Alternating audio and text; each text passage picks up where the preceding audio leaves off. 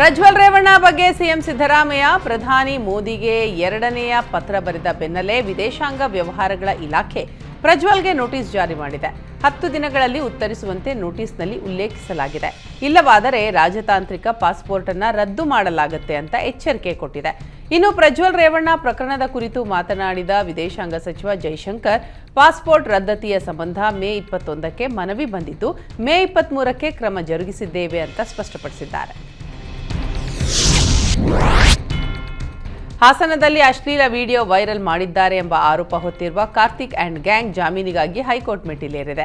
ಹಾಸನ ಕೋರ್ಟ್ನಲ್ಲಿ ಜಾಮೀನು ತಿರಸ್ಕಾರವಾದ್ದರಿಂದ ಕಾರ್ತಿಕ್ ಗ್ಯಾಂಗ್ ಹೈಕೋರ್ಟ್ ಮೆಟ್ಟಿಲೇರಿದ್ದು, ಎಲ್ಲ ಅರ್ಜಿಗಳ ಒಗ್ಗೂಡಿಸಲು ರಿಜಿಸ್ಟ್ರಾರ್ ಕಚೇರಿಗೆ ಹೈಕೋರ್ಟ್ ಸೂಚಿಸಿದೆ.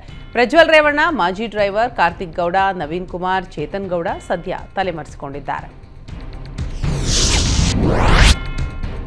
ಅತ್ಯಾಚಾರ ಆರೋಪ ಪ್ರಕರಣದಲ್ಲಿ ವಕೀಲ ದೇವರಾಜೇಗೌಡಗೆ ನ್ಯಾಯಾಂಗ ಬಂಧನವನ್ನು ಜೂನ್ 7ರವರೆಗೆ ವಿಸ್ತರಿಸಿ ಹಾಸನ ಕೋರ್ಟ್ ಆದೇಶ ಕೊಟ್ಟಿದೆ. ಇನ್ನು ಮೇ 28ಕ್ಕೆ ದೇವರಾಜೇಗೌಡರ ಜಾಮೀನು ಅರ್ಜಿ ವಿಚಾರಣೆ ನಡೆಯಲಿದೆ. ಅತ್ಯಾಚಾರ ಆರೋಪದಲ್ಲಿ ದೇವರಾಜೇಗೌಡ ವಿರುದ್ಧ ಹೊಳೆನರಸೀಪುರ ಠಾಣೆಯಲ್ಲಿ ದೂರು ದಾಖಲಾಗಿತ್ತು. ಈ ಕೇಸ್ನಲ್ಲಿ ದೇವರಾಜೇಗೌಡ ಜೈಲು ಸೇರಿದ್ದಾರೆ. ಪ್ರಜ್ವಲ್ ವಿದೇಶಕ್ಕೆ ಓಡಿ ಹೋಗೋಕೆ ಬಿಟ್ಟಿದ್ದೇ ಸಿದ್ದರಾಮಯ್ಯ ಅಂತ ಪ್ರತಿಪಕ್ಷ ನಾಯಕ ಅಶೋಕ್ ಆರೋಪಿಸಿದ್ದಾರೆ. ಪ್ರಜ್ವಲ್ ಪ್ರಚಾರಕ್ಕೆ ಹೋದಾಗ, ಮತದಾನ ಮಾಡಿ ಬಂದಾಗ ಬಂಧಿಸದೆ ಏನು ಮಾಡ್ತಾ ಇದ್ರು ಅಂತ ಪ್ರಶ್ನಿಸಿದ್ದಾರೆ. ಪ್ರಜ್ವಲ್ನನ್ನ ನಾವು ಹಿಡಿಯದೇ ಬಿಟ್ರೆ ಮೋದಿಯನ್ನ ದೂಷಣೆ ಮಾಡಬಹುದು ಅಂತ ಸುರ್ಜೇವಾಲಾ, ಡಿಕೆಶಿ, ಸಿದ್ದರಾಮಯ್ಯ ಸೇರಿ ಪೂರ್ವ ನಿಯೋಜಿತ ಪ್ಲಾನ್ ಮಾಡಿದ್ರು. ಅದರಂತೆ ಸರ್ಕಾರ ಪ್ರಜ್ವಲ್ ರೇವಣ್ಣರನ್ನ ವಿದೇಶಕ್ಕೆ ಕಳುಹಿಸಿದೆ. ಇನ್ನು ಪ್ರಜ್ವಲ್ ವಿದೇಶಕ್ಕೂ ಹೋಗುವ ಮುನ್ನ ನನ್ನ ಜೊತೆ ರೇವಣ್ಣ ಮಾತನಾಡಿದ್ರೆ ತನಿಖೆ ಮಾಡಲಿ ಅಂತ ಸರ್ಕಾರಕ್ಕೆ ಅಶೋಕ್ ಸವಾಲ್ ಹಾಕಿದ್ರು. ಜೆಡಿಎಸ್ನವರು ಪ್ರಜ್ವಲ್ನನ್ನ ಸಮರ್ಥಿಸಿಕೊಳ್ಳಲು ಮುಂದಾಗಿದ್ದಾರೆ ಅಂತ ಚೆಲುವರಾಯಸ್ವಾಮಿ ಆರೋಪಿಸಿದ್ದಾರೆ. ವಿಡಿಯೋ ಮಾಡಿದವನದ್ದು ತಪ್ಪಲ್ಲ, ಮಹಿಳೆಯರ ಕುಟುಂಬ ಬೀದಿಗೆ ತಂದವನದ್ದು ತಪ್ಪಲ್ಲ, ಆದರೆ ಬೀದಿಯಲ್ಲಿ ಸಿಕ್ಕ ಪೆನ್ಡ್ರೈವ್ ಹಂಚಿದವರದ್ದು ತಪ್ಪು ಅಂತ ಹೇಳಲು ಹೊರಟಿದ್ದಾರೆ. ಇಷ್ಟೊತ್ತಿಗೆ ಕೇಂದ್ರ ಸರ್ಕಾರ ಪಾಸ್ಪೋರ್ಟ್ ರದ್ದು ಮಾಡಿ ತನಿಖೆ ಸಂಸ್ಥೆಗೆ ಸೂಚಿಸಿ ಪ್ರಜ್ವಲ್ನನ್ನ ಕರೆ ತರಬೇಕಾಗಿತ್ತು ಅಂತ ಹೇಳಿದರು.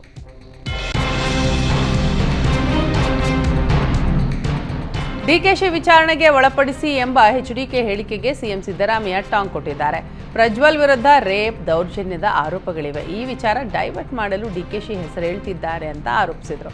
ಈ ಮೂಲಕ ಡಿಸಿಎಂ ಡಿಕೆಶಿ ಪರ ಸಿಎಂ ಸಿದ್ದರಾಮಯ್ಯ ಬ್ಯಾಟ್ ಬೀಸಿದ್ದಾರೆ. ಇನ್ನು ಗೌಡರ ಮನೆಯವರಿಗೆ ಗೊತ್ತಿಲ್ಲದೆ ಮನೆಯಿಂದ ಹೋಗಿದ್ದಾನಾ ಅಂತ ಪ್ರಶ್ನಿಸಿದರು. ಪ್ರಜ್ವಲ್ ವಿಚಾರ ಎಲ್ಲವೂ ಅವರ ಕುಟುಂಬಕ್ಕೆ ಗೊತ್ತಿದೆ ಅಂತ ಸಿದ್ದರಾಮಯ್ಯ ಹೇಳಿದರು. ವಿಧಾನಸಭೆಯಿಂದ ಪರಿಷತ್ಗೆ ನಡೆಯುವ ಚುನಾವಣೆ ಘೋಷಣೆಯ ಬೆನ್ನಲ್ಲೇ ಡಿಸಿಎಂ ಡಿಕೆಶಿ ಮನೆಗೆ ಆಕಾಂಕ್ಷಿಗಳು ದೌಡಾಯಿಸ್ತಾ ಇದ್ದಾರೆ. ಎಂಎಲ್ಸಿ ಟಿಕೆಟ್ ಆಕಾಂಕ್ಷಿಯಾಗಿರುವ ಮಾಜಿ ಸಚಿವ ಪರಮೇಶ್ವರ್ ನಾಯಕ್ ಡಿಕೆಶಿ ಭೇಟಿ ಮಾಡಿದ್ದಾರೆ. ಖರ್ಗೆ ಆಪ್ತ ಮಾಜಿ ಶಾಸಕ ಪ್ರಸನ್ನಕುಮಾರ್ ಕೂಡ ಭೇಟಿಯಾದರು. ಇನ್ನು ಬಿಜೆಪಿ ರೆಬಲ್ ಶಾಸಕ ಹೆಬ್ಬಾರ್ ಸಹ ಡಿಕೆಶಿ ಭೇಟಿಯಾಗಿ ಮಾತುಕತೆ ನಡೆಸಿದ್ದಾರೆ. ಜೂನ್ 11ಕ್ಕೆ 11 ಸ್ಥಾನಕ್ಕೆ ಎಲೆಕ್ಷನ್ ನಡೆಯಲಿದೆ. ಕಾಂಗ್ರೆಸ್ಗೆ ಸುಲಭವಾಗಿ 7 ಸ್ಥಾನಗಳು ಸಿಗಲಿವೆ. ಲೋಕಸಭೆ ಚುನಾವಣೆಯ ಎಲೆಕ್ಷನ್ ಮುಗಿತಾ ಇದ್ದಂತೆ ಸ್ಥಳೀಯ ಸಂಸ್ಥೆಗಳ ಚುನಾವಣೆ ನಡೆಸ್ತೇವೆ ಅಂತ ಮೈಸೂರಿನಲ್ಲಿ ಸಿಎಂ ಸಿದ್ದರಾಮಯ್ಯ ತಿಳಿಸಿದ್ದಾರೆ. ನೀತಿ ಸಂಹಿತೆ ಮುಗಿದ ಕೂಡಲೇ ಜಿಲ್ಲಾ ಪಂಚಾಯಿತಿ, ತಾಲೂಕು ಪಂಚಾಯಿತಿ, ಬಿಬಿಎಂಪಿ ಚುನಾವಣೆ ನಡೆಸಲು ಸಿದ್ಧರಾಗಿದ್ದೇವೆ ಅಂತ ಹೇಳಿದರು. ಮೊದಲು ಕ್ಷೇತ್ರ ಪುನರ್ವಿಂಗಡಣೆ ಮಾಡಲಾಗುತ್ತೆ, ನಂತರ ಚುನಾವಣಾ ಮೀಸಲಾತಿ ಪ್ರಕಟಿಸುತ್ತೇವೆ ಅಂತ ಮೈಸೂರಿನಲ್ಲಿ ಸಿಎಂ ಸಿದ್ದರಾಮಯ್ಯ ಹೇಳಿದ್ದಾರೆ. ರಾಜಕಾಲುವೆ ಹೂಳು ತೆಗೆಯದ ಅಧಿಕಾರಿಗಳಿಗೆ ಸಚಿವ ಕೃಷ್ಣ ಬೈರೇಗೌಡ ಚಳಿ ಬಿಡಿಸಿದ್ದಾರೆ. ಬ್ಯಾಟರಾಯನಪುರ ಕ್ಷೇತ್ರದಲ್ಲಿ ರಾಜಕಾಲುವೆ ಹೂಳು ತೆಗೆಯುವ ಕಾರ್ಯವನ್ನ ನಿರ್ಲಕ್ಷ್ಯ ಮಾಡಿದ ಅಧಿಕಾರಿಗಳ ವಿರುದ್ಧ ಗರಂ ಆಗಿದ್ದಾರೆ.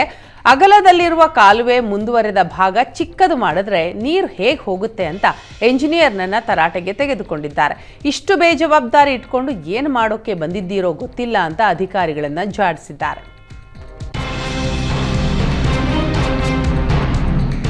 ಬೆಂಗಳೂರು ಪಾಲಿಗೆ ಸರ್ಕಾರ ಸತ್ತು ಹೋಗಿದೆ ಅಂತ ವಿಪಕ್ಷ ನಾಯಕ ಅಶೋಕ್ ವಾಗ್ದಾಳಿ ನಡೆಸಿದ್ದಾರೆ. ರಸ್ತೆ ಗುಂಡಿ ಬಿದ್ದಿವೆ, ಮಳೆ ನೀರು ತುಂಬಿ ಹರಿತಾ ಇವೆ, ರಾಜ್ಯ ಸರ್ಕಾರ ಯಾವುದೇ ಹಣ ಬಿಡುಗಡೆ ಮಾಡಿಲ್ಲ. CM city rounds photo shoot ಮಾಡಿದ್ದಾರೆ. ಸಿಎಂ ಪರಿಶೀಲನೆಯ ಬಳಿಕವೂ ಹಣ ಬಿಡುಗಡೆ ಮಾಡಿಲ್ಲ. ಮಂಗಳವಾರ ಫ್ರೀಡಂ ಪಾರ್ಕ್ನಲ್ಲಿ ರಾಜ್ಯ ಸರ್ಕಾರದ ವಿರುದ್ಧ ಹೋರಾಟಕ್ಕೆ ಬಿಜೆಪಿ ನಿರ್ಧಾರ ಮಾಡಿದೆ ಅಂತ ಅಶೋಕ್ ಹೇಳಿದರು. ಮಂಗಳವಾರದ ನಂತರ ಸರ್ಕಾರಕ್ಕೆ 3 ದಿನ ಟೈಮ್ ಕೊಡ್ತೀವಿ. ಪ್ರತಿ ಕ್ಷೇತ್ರದ ರಸ್ತೆ ಗುಂಡಿಯ ಬಗ್ಗೆ ನಾವು ಲೆಕ್ಕ ಕೊಡ್ತೀವಿ. ಆಮೇಲೆ ನಮ್ಮ ತೆರಿಗೆ, ನಮ್ಮ ಹಕ್ಕು ಹೋರಾಟ ಮಾಡ್ತೀವಿ ಅಂತ ಹೇಳಿದರು. ಇಂದು ಸಿಎಂ ಸಿದ್ದರಾಮಯ್ಯ ಧರ್ಮಸ್ಥಳಕ್ಕೆ ಭೇಟಿ ಕೊಡಲಿದ್ದು ಮಂಜುನಾಥನ ದರ್ಶನ ಪಡೆಯಲಿದ್ದಾರೆ. ಮೈಸೂರಿನಿಂದ ವಿಶೇಷ ವಿಮಾನದ ಮೂಲಕ ಮಂಗಳೂರಿಗೆ ಪ್ರಯಾಣ ಬೆಳೆಸಲಿದ್ದಾರೆ. ಮಂಗಳೂರಿನಿಂದ ರಸ್ತೆ ಮೂಲಕ ಧರ್ಮಸ್ಥಳಕ್ಕೆ ಭೇಟಿ ಕೊಡಲಿದ್ದಾರೆ. ಬಳಿಕ ಮಂಗಳೂರಿನ ಸ್ಥಳೀಯ ಕಾರ್ಯಕ್ರಮದಲ್ಲಿ ಭಾಗಿಯಾಗಲಿದ್ದಾರೆ. ಈ ಅವಧಿಯಲ್ಲಿ ಮುಖ್ಯಮಂತ್ರಿಯಾಗಿ ಅಧಿಕಾರ ಸ್ವೀಕರಿಸಿದ ಬಳಿಕ ಇದೇ ಮೊದಲ ಬಾರಿಗೆ ಧರ್ಮಸ್ಥಳಕ್ಕೆ ಸಿದ್ದರಾಮಯ್ಯ ಭೇಟಿ ಕೊಡ್ತಾ ಇದ್ದಾರೆ. ಬೆಂಗಳೂರಿನಲ್ಲಿ ನಡೆದಿದ್ದ ರೇವ್ ಪಾರ್ಟಿ ಪ್ರಕರಣದಲ್ಲಿ ತೆಲುಗು ನಟಿ ಹೇಮಾ MDMA ಮಾತ್ರೆ ತೆಗೆದುಕೊಂಡಿರುವುದು ಪತ್ತೆಯಾಗಿದೆ. ಹೀಗಾಗಿ ಮತ್ತೆ ವಿಚಾರಣೆಗೆ ಕರೆಸಲು ಸಿಸಿಬಿ ಪೊಲೀಸರು ಸಿದ್ಧತೆ ನಡೆಸಿದ್ದಾರೆ. ರೇವ್ ಪಾರ್ಟಿಗೆ ಬಂದಿಲ್ಲ ಅಂತ ವಿಡಿಯೋ ಮಾಡಿ ನಟಿ ತಗಲಾಕೊಂಡಿದ್ದು, ಬ್ಲಡ್ ಟೆಸ್ಟ್ನಲ್ಲಿ ಡ್ರಗ್ಸ್ ಸೇವಿಸಿರುವುದು ಈಗ ಪತ್ತೆಯಾಗಿದೆ. ಬೆಂಗಳೂರು ಹೊರವಲಯದಲ್ಲಿ ನಡೆದ ರೇವ್ ಪಾರ್ಟಿ ಪ್ರಕರಣಕ್ಕೆ ಸಂಬಂಧಿಸಿದಂತೆ ಹೆಬ್ಬಗೋಡಿ ಪೊಲೀಸ್ ಠಾಣೆಯ 3 ಸಿಬ್ಬಂದಿ ಸಸ್ಪೆಂಡ್ ಆಗಿದ್ದಾರೆ. ಕರ್ತವ್ಯ ನಿರ್ಲಕ್ಷ್ಯದ ಮೇರೆಗೆ SB Girish, beat officer Narayanaswamy ಹಾಗೂ ಬೀಟ್ ಪೊಲೀಸ್ ಸಿಬ್ಬಂದಿ ದೇವರಾಜುರನ್ನ ಬೆಂಗಳೂರು ಗ್ರಾಮಾಂತರ SP ಅಮಾನತುಗೊಳಿಸಿದ್ದಾರೆ. ಮಧ್ಯಪ್ರಿಯರಿಗೆ ಜೂನ್ 1ರಿಂದ 6ರವರೆಗೆ ಶಾಕ್ ಎದುರಾಗಲಿದೆ. MLC ಚುನಾವಣೆ ಹಾಗೂ ಲೋಕಸಭಾ ಮತ ಎಣಿಕೆ ಕಾರಣ ಬಾರ್, ವೈನ್ ಶಾಪ್ ಕ್ಲೋಸ್ ಆಗಲಿದೆ. ಜೂನ್ 3ರಂದು ಪದವೀಧರ ಕ್ಷೇತ್ರದ ಮತದಾನ ನಡೆಯಲಿದೆ. ಹೀಗಾಗಿ ಜೂನ್ 1ರಿಂದ ಜೂನ್ 3ರವರೆಗೆ ಬಾರ್ ಕ್ಲೋಸ್ ಮಾಡುವಂತೆ ಜಿಲ್ಲಾಡಳಿತ ಆದೇಶ ಮಾಡಿದೆ. ಜೂನ್ 4ರಂದು ಲೋಕಸಭೆಯ ಮತ ಎಣಿಕೆ ನಡೆಯಲಿದ್ದು ವೈನ್ ಶಾಪ್ ಕ್ಲೋಸ್ ಆಗಲಿದೆ. ಮತ್ತೆ ಜೂನ್ 6ರಂದು MLC ಮತ ಎಣಿಕೆ ಇರೋದ್ರಿಂದ ಅಂದು ಸಹ ಬಾರ್ ಅಂಡ್ ರೆಸ್ಟೋರೆಂಟ್ ಕ್ಲೋಸ್ ಆಗಿರಲಿದೆ.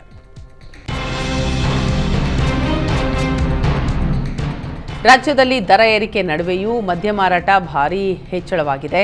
ಕಳೆದ 1 ವರ್ಷದಲ್ಲಿ 3 ಬಾರಿ ಮದ್ಯ ದರ ಪರಿಷ್ಕರಣೆಯಾಗಿತ್ತು. ಆದರೂ ದಾಖಲೆ ಸೃಷ್ಟಿಸಿದ ಮದ್ಯ ವಹಿವಾಟು ನಡೆದಿದೆ.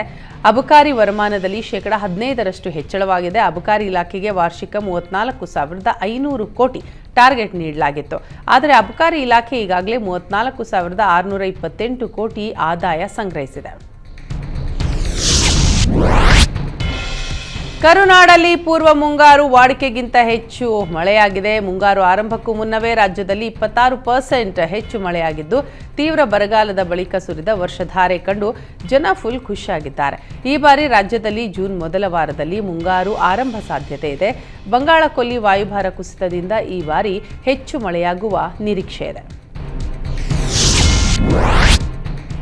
ಉಡುಪಿ ಜಿಲ್ಲೆಯಾದ್ಯಂತ ಸಾಧಾರಣ ಮಳೆಯಾಗ್ತಾ ಇದೆ. ಆದರೆ ಮಳೆಗಿಂತ ಗುಡುಗು, ಸಿಡಿಲು, ಗಾಳಿಯ ಅಬ್ಬರ ಜೋರಾಗಿದೆ. ಬೈಂದೂರು ತಾಲೂಕಿನಲ್ಲಿ ಕಳೆದ 2 ದಿನಗಳಲ್ಲಿ ಬೀಸಿದ ಗಾಳಿಗೆ ಬಹಳಷ್ಟು ಹಾನಿಯಾಗಿದೆ. ಭಾರೀ ಮಳೆಗೆ ಕಳವಾಡಿ ಶ್ರೀ ಮಾರಿಕಾಂಬಾ ದೇಗುಲದ ಎದುರು ಹೊಸದಾಗಿ ನಿರ್ಮಿಸಲಾಗಿದ್ದ ಊಟದ ಹಾಲ್ ಮೇಲ್ಛಾವಣಿನೇ ಕುಸಿದು ಬಿದ್ದಿದೆ. ಬೈಂದೂರು ಪೊಲೀಸ್ ಠಾಣೆಯ ಆವರಣದಲ್ಲಿ ಹಳೆ ವೃತ್ತಿ ನಿರೀಕ್ಷಕರ ಕಚೇರಿಯ ಮೇಲೆ ಮರ ಉರುಳಿ ಬಿದ್ದಿದೆ. ಬೈಂದೂರು ರಥಬೀದಿಯ ನವೀನ್ ವೈನ್ಸ್ ಹಿಂಭಾಗದ ಮನೆಯ ಶೌಚಗೃಹದ ಮೇಲ್ಛಾವಣಿ ಹಾರಿ ಹೋಗಿದೆ. ಗಾಳಿ ಮಳೆಗೆ ಬೈಂದೂರಿನಾದ್ಯಂತ ವಿದ್ಯುತ್ ಸಂಪರ್ಕ ಕಡಿತಗೊಂಡಿದೆ. ಹಾಸನದಲ್ಲಿ ಒಂದೇ ಸಮನೆ ಸುರಿದ ಮಳೆಗೆ ಜನಜೀವನ ಸಂಪೂರ್ಣ ಅಸ್ತವ್ಯಸ್ತಗೊಂಡಿದೆ. ವರುಣನ ಅಬ್ಬರಕ್ಕೆ ನಿಂತಲ್ಲೇ ನೀರು ನಿಂತು ರಸ್ತೆಯೆಲ್ಲ ಕೆರೆಯಂತಾಗಿದೆ. ಹಾಸನ ನಗರ ಸೇರಿ ವಿವಿಧೆಡೆ ಗುಡುಗು, ಮಿಂಚು, ಗಾಳಿ ಸಹಿತ ಮಳೆಗೆ ಜನ ತತ್ತರಿಸಿದ್ದಾರೆ. ಇನ್ನು ಯಾದಗಿರಿ ಜಿಲ್ಲೆಯಾದ್ಯಂತ ಧಾರಾಕಾರ ಮಳೆಯಾಗ್ತಾ ಇದ್ದು, ಹಲವೆಡೆ ವಿದ್ಯುತ್ ಕಂಬಗಳು ನೆಲಕ್ಕೆ ಉರುಳಿವೆ. ವಿದ್ಯುತ್ ಕಂಬ ನೆಲಕ್ಕೆ ಉರುಳಿರೋದ್ರಿಂದ ವಿದ್ಯುತ್ ಸಂಪರ್ಕ ಕಡಿತಗೊಳಿಸಲಾಗಿದೆ.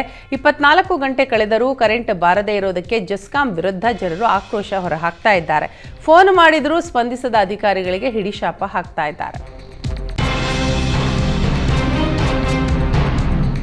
ಚಿಕ್ಕೋಡಿ ಜಿಲ್ಲೆಯಾದ್ಯಂತ ಮಳೆಯ ಅಬ್ಬರಕ್ಕೆ ಜನಜೀವನ ಅಸ್ತವ್ಯಸ್ತವಾಗಿದೆ. ಕೆರೂರ ಗ್ರಾಮದಲ್ಲಿ ಲಕ್ಷ್ಮೀ ಮಾದರ್ ಎಂಬುವವರ ಮನೆಯ ಮೇಲ್ಛಾವಣಿ ಹಾರಿ ಹೋಗಿದೆ. ಕಾಡಾಪುರ ಗ್ರಾಮದಲ್ಲಿ ಸಿಡಿಲು ಬಡಿದು ಆಲೆ ಮನೆ ಸಂಪೂರ್ಣ ಧ್ವಂಸವಾಗಿದೆ. ಸುಮಾರು 9 ಟನ್ ಬೆಲ್ಲ ನೀರು ಪಾಲಾಗಿದ್ದು, ಅಂದಾಜು 10 ಲಕ್ಷ ರೂಪಾಯಿ ಹಾನಿ ಅಂತ ಹೇಳಲಾಗ್ತಾ ಇದೆ. ದಾವಣಗೆರೆ ಜಿಲ್ಲೆಯಾದ್ಯಂತ ವರುಣನ ಅಬ್ಬರಕ್ಕೆ ಜನಜೀವನ ಅಸ್ತವ್ಯಸ್ತಗೊಂಡಿದೆ. ಜಗಳೂರು ತಾಲೂಕಿನ ಹುಚ್ಚವ್ವನಹಳ್ಳಿ ಗ್ರಾಮದಲ್ಲಿ ಭಾರೀ ಮಳೆಗೆ ಮನೆ ಮಾಳಿಗೆನೇ ಕುಸಿದು ಬಿದ್ದಿದೆ. ಕೂದಲೆಳೆಯ ಅಂತರದಲ್ಲಿ ಪ್ರಾಣಾಪಾಯದಿಂದ ಕುಟುಂಬಸ್ಥರು ಪಾರಾಗಿದ್ದಾರೆ. ಹುಚ್ಚವ್ವನಹಳ್ಳಿ ಗ್ರಾಮದ ಸನಾವುಲ್ಲಾ ಎಂಬುವವರಿಗೆ ಸೇರಿದ ಮಾಳಿಗೆ ಮನೆಯಾಗಿದ್ದು, ಮನೆ ಮಾಳಿಗೆ ಕುಸಿತದಿಂದ ಸನಾವುಲ್ಲಾಗೆ ಸಣ್ಣ ಗಾಯಗಳಾಗಿವೆ. ಮಳೆ ಬಂದರೆ ಸಾಕು ಕೆಎಸ್ಆರ್ಟಿಸಿ ಬಸ್ಗಳು ಸೋರೋದಕ್ಕೆ ಶುರುವಾಗುತ್ತವೆ. ಮಡಿಕೇರಿ ಟು ಮಂಗಳೂರು ಕಡೆ ತೆರಳುತ್ತಾ ಇದ್ದ ಬಸ್ನಲ್ಲಿ ಛತ್ರಿ ಹಿಡಿದ ದೃಶ್ಯ ಸಾಮಾಜಿಕ ಜಾಲತಾಣದಲ್ಲಿ ವೈರಲ್ ಆಗಿದೆ. ಮಳೆ ಬಂದಾಗ ಬಸ್ನಲ್ಲಿ ನೀರು ಸೋರ್ತಾ ಇರೋದ್ರಿಂದ ಡ್ರೈವರ್ ಕೊಡೆ ಇಟ್ಕೊಂಡೇ ಅಪಾಯಕಾರಿ ಚಾಲನೆ ಮಾಡಿದ್ದಾರೆ. ಸಾರಿಗೆ ಇಲಾಖೆ ಪ್ರಯಾಣಿಕರ ಜೀವದ ಜೊತೆನೇ ಚೆಲ್ಲಾಟವಾಡ್ತಾ ಇದೆ ಅಂತ ಪ್ರಯಾಣಿಕರು ಆಕ್ರೋಶ ವ್ಯಕ್ತಪಡಿಸಿದ್ದಾರೆ.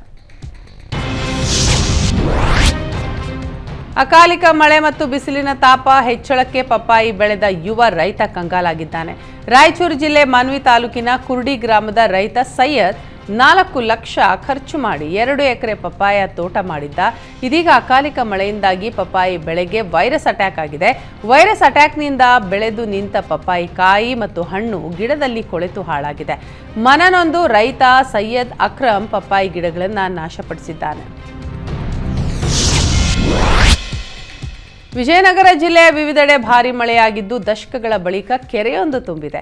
ಗ್ರಾಮಸ್ಥರು ಸಂಭ್ರಮ ಸಡಗರದಿಂದ ಕೆರೆಗೆ ಗಂಗಾ ಪೂಜೆಯನ್ನ ಮಾಡಿದ್ದಾರೆ. ಬರಪೀಡಿತ ಪ್ರದೇಶದಲ್ಲಿ ಮೊದಲ ಸಾಲಿನಲ್ಲಿ ನಿಲ್ಲುವ ಕೂಡ್ಲಿಗಿ ತಾಲೂಕಿನ ಹುಲಿಕೆರೆ ಗ್ರಾಮದ ಕೆರೆ ದಶಕಗಳಿಂದಲೂ ಕೂಡ ತುಂಬಿರಲಿಲ್ಲ. ಇದೀಗ ಕಳೆದೊಂದು ವಾರದಿಂದ ಸುರಿದ ಮಳೆಗೆ ಹಳ್ಳ ಕೊಳ್ಳಗಳಿಂದ ಕೆರೆ ತುಂಬಿದೆ.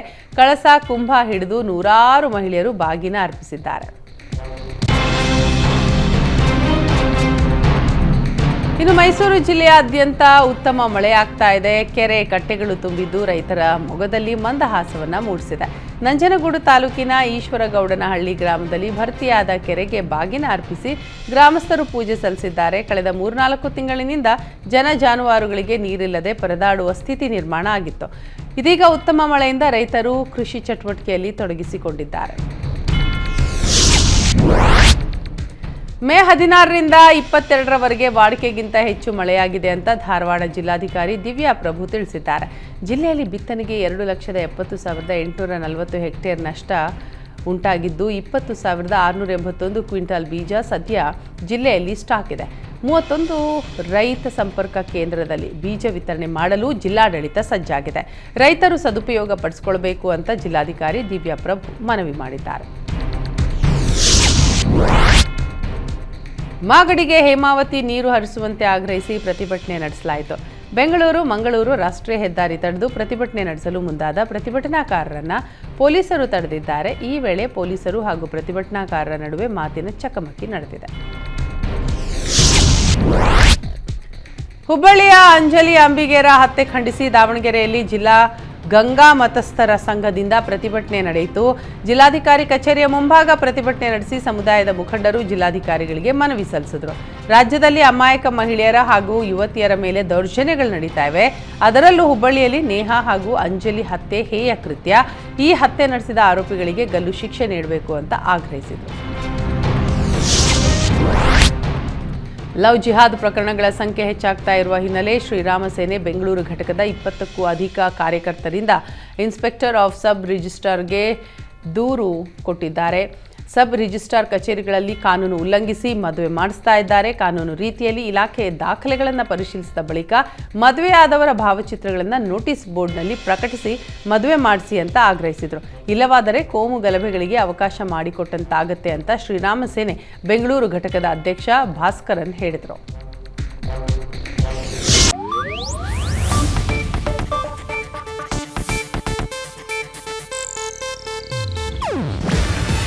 ಇದು ಏಷ್ಯಾನೆಟ್ ನ್ಯೂಸ್ ನೆಟ್ವರ್ಕ್ ಪ್ರಸ್ತುತಿ. ನೀವು ನೋಡ್ತಿದ್ದೀರಾ ಏಷ್ಯಾನೆಟ್ ಸುವರ್ಣ ನ್ಯೂಸ್.